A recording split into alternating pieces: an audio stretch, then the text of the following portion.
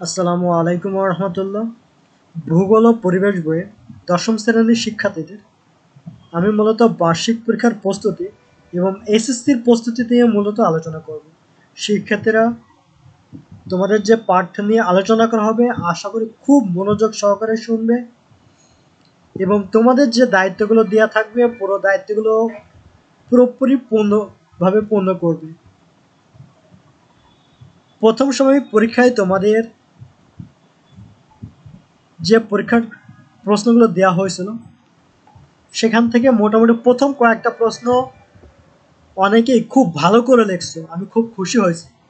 কিন্তু খুবই দুর্ভাগ্যের বিষয়, প্রতিটা প্রশ্নের উত্তর তোমরা টাচ করো নি অনেকেই।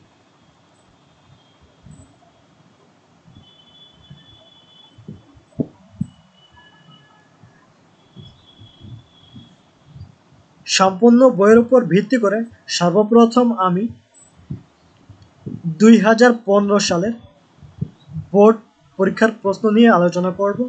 আশা করি পুরো টপিকগুলো তোমরা মনোযোগ সহকারে পড়বে এবং এইটা প্রত্যেকটার প্রশ্নগুলো লিখবে এবং প্রশ্নটার উত্তর বই দেখে দাগায় খাতায় লিখবে। জ্ঞান এবং অনুধাবনমূলক যে প্রশ্নগুলো আছে এই প্রশ্নগুলো তোমরা তোমার বই থেকে বের করে দাগায় উত্তরগুলো লিখবে। এবং যেমন আমি বলি, কোন সম্পদ সম্পূর্ণরূপে ধ্বংস হতে পারে? তেল, পানি, বায়ু, প্রাকৃতিক সৌন্দর্য। পানি কি সম্পূর্ণভাবে ধ্বংস হতে পারে? বায়ু কি সম্পূর্ণভাবে ধ্বংস হতে পারে? প্রাকৃতিক সৌন্দর্য কি সম্পূর্ণভাবে ধ্বংস হতে পারে? শুধুমাত্র তেল। শিক্ষার্থীরা, তোমাদের পাঠ্য বইয়ের অধ্যায় খুঁজে উত্তরগুলো বের করবে। যদিও আমি উত্তরগুলো দিয়ে দিছি আলোচনার শেষে, তারপরেও যদি তোমাদের কোনো সমস্যা থাকে ব্যক্তিগতভাবে ইনবক্সে এক একজন উল্লেখ করবে আমার এই সমস্যা। আশা করি প্রত্যেকটা ক্লাসে খুব মনোযোগ সহকারে তোমরা করবে এবং পাঠ শেষে তোমাদের যে দায়িত্বগুলো থাকে, তোমাদের যে দায়িত্ব, প্রত্যেকটা দায়িত্ব পূর্ণভাবে পূর্ণ করবে, কারণ তোমাদের সামনে এসএসসি পরীক্ষা দিতে হবে। বাংলাদেশের দক্ষিণে কোনটি রয়েছে? শিক্ষার্থীরা, তোমাদের মানচিত্র বিষয়ে খুব ভালোভাবে বোঝানো হয়েছে।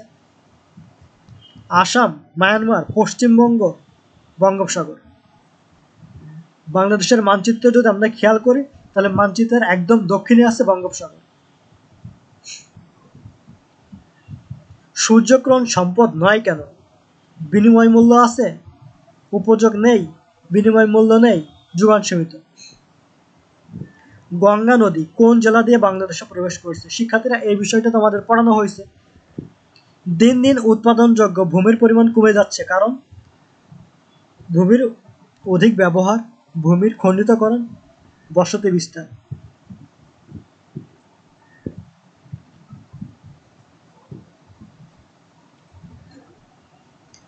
শিক্ষার্থীরা, পলিযুক্ত দোআঁশ মাটি, 20 থেকে 35 ডিগ্রি সেলসিয়াস উত্তাপ, 150 থেকে 250 সেন্টিমিটার বৃষ্টিপাত, উদ্দীপকের ড্যাশ চিহ্নিত স্থানে কোনটি প্রযোজ্য হবে? শিক্ষার্থীরা, তোমাদের পাঠ্য বইয়ের সম্পদ ও শিল্প থেকে মনোযোগ সহকারে খেয়াল করবে। সিলেট জেলায় কোন ধান ভালো জন্মে? এটাও তোমাদের একাদশ বাংলাদেশের সম্পদ ও শিল্প থেকে খেয়াল করবে। মনিফ ন্যাশনাল জিওগ্রাফি চ্যানেল দেখতে পেল 1935 সালে বিহারে ভয়াবহ ভূমিকম্পে ব্যাপক বাংলাদেশের জলবায়ু সমভাবাপন্ন হওয়ার কারণ। শিক্ষার্থীরা, এটা তোমাদের পাঠ্য বইয়ের যদি খেয়াল করো, বায়ুমণ্ডল, বাড়িমণ্ডল, এই অধ্যায়গুলো থেকে খেয়াল করবো। বাহাদুর শাহ পার্ক কত সালে নির্মিত হয়? সম্পদ শিল্পের ভিতরে এই তথ্যগুলো পাবো। বাংলাদেশ কোন দেশ থেকে বেশি আমদানি করে? আমদানি রপ্তানি বাণিজ্যের ভিতরে, যোগাযোগ ব্যবস্থার ভিতরে খেয়াল করবো। যে কোনো দেশের জন্য অত্যন্ত গুরুত্বপূর্ণ বিষয় সমাজ, সংস্কৃতি, ইতিহাস, উন্নয়ন। যোগাযোগ ব্যবস্থার ভিতরে খেয়াল করব কিসের কারণে এদেশের আবহাওয়া আর্দ্র থাকে? শিক্ষার্থীরা তোমাদের বায়ুমণ্ডল বায়ুমণ্ডল জনসংখ্যা এগুলোর থেকে খেয়াল করবো। আমি চাই শিক্ষার্থীরা তোমরা প্রত্যেকে মেন বই দিয়ে উত্তরগুলো সংগ্রহ করবে। সিএফসি ক্লোরোফ্লোরোকার্বন গ্যাসের পরিমাণ বৃদ্ধি পাওয়ার পরোক্ষ ফল, এই অধ্যায়টা তোমাদের ভালোভাবে পড়ানো হয়েছে। ভূগোলকে পৃথিবীর বিজ্ঞান কে বলেছে? কার্ল রিটার। খেয়াল করে প্রথম অধ্যায় খেয়াল করবো। হ্যালির ধূমকেতু সর্বশেষ কোন সালে দেখা গিয়েছিল? মহাবিশ্ব পৃথিবী থেকে খেয়াল করবো। পৃথিবীর বৃত্তের কেন্দ্রে উৎপন্ন কোন কথা? এটা গত পরীক্ষাতে আসছে। এরপরে তোমরা মেন বই দিয়ে দাগাবে, আমাকে চেষ্টা করবে প্রতিটা প্রশ্ন লিখবে এবং শুধু উত্তরটা লিখবে। দিন রাতের আলোয় বিশেষ তারতম্য থাকে না কোন গ্রহে?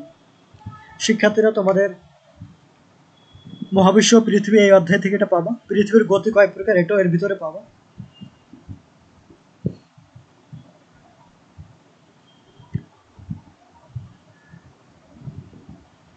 কোন খনিজ দ্বারা গুরুমণ্ডল গঠিত? আভ্যন্তরীণ গঠন ও বাহ্যিক গঠন এটার ভিতরে পাবা। কাজের উপর ভিত্তি করে মানচিত্রকে প্রধানত কয় ভাগে ভাগ করা যায়? মানচিত্র তোমাদের মানচিত্র পঠন ও ব্যবহার থেকে পাবো। নিচের কোনটি আগ্নেয় পর্বত?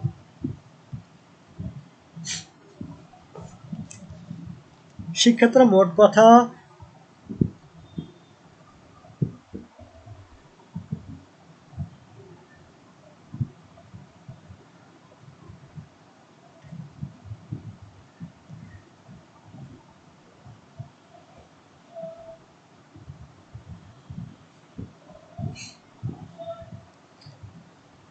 তোমাদের মেন বই পড়ার বিকল্প নাই।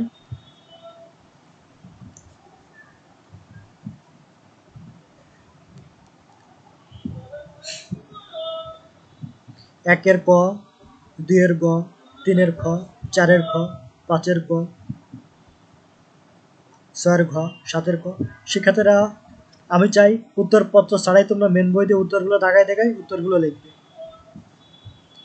সূর্যের নিকটতম নক্ষত্র কোনটি? পরীক্ষাতে তোমরা পরীক্ষায় অ্যান্সার সকলে লেখছো প্রক্সিমা সেন্টারে, কেউ কেউ বানানো ভুল করছো। বাসন্ত বিশ্ব কি ব্যাখ্যা করো? শিক্ষার্থীরা দ্বিতীয় অধ্যায় খেয়াল করে দেখলে তোমরা এটার উত্তর পাবো। চিত্রে এক্স চিহ্নিত রেখাগুলো সাথে সেক্সট্যান্স যন্ত্রের সম্পর্ক ব্যাখ্যা করো। ওয়াই চিহ্নিত রেখাগুলোর গুরুত্ব বিশ্লেষণ করো।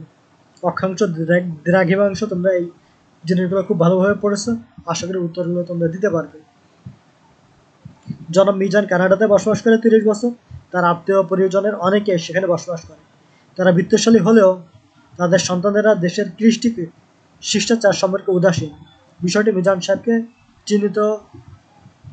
চিন্তিত করে তুলেছে। কাম্য জনসংখ্যা কি? শিক্ষার্থীরা তোমাদের যে জনসংখ্যা চ্যাপ্টার আছে এই চ্যাপ্টারেই তোমরা এটার উত্তর পাবো। মাটির উর্বরতা হ্রাসে অতিরিক্ত জনসংখ্যার প্রভাব কি? এটাও ওর ভিতরে পাবো। মিজান সাহেবের পরিবারের এ ধরনের অভিবাসনের সামাজিক ফলাফল।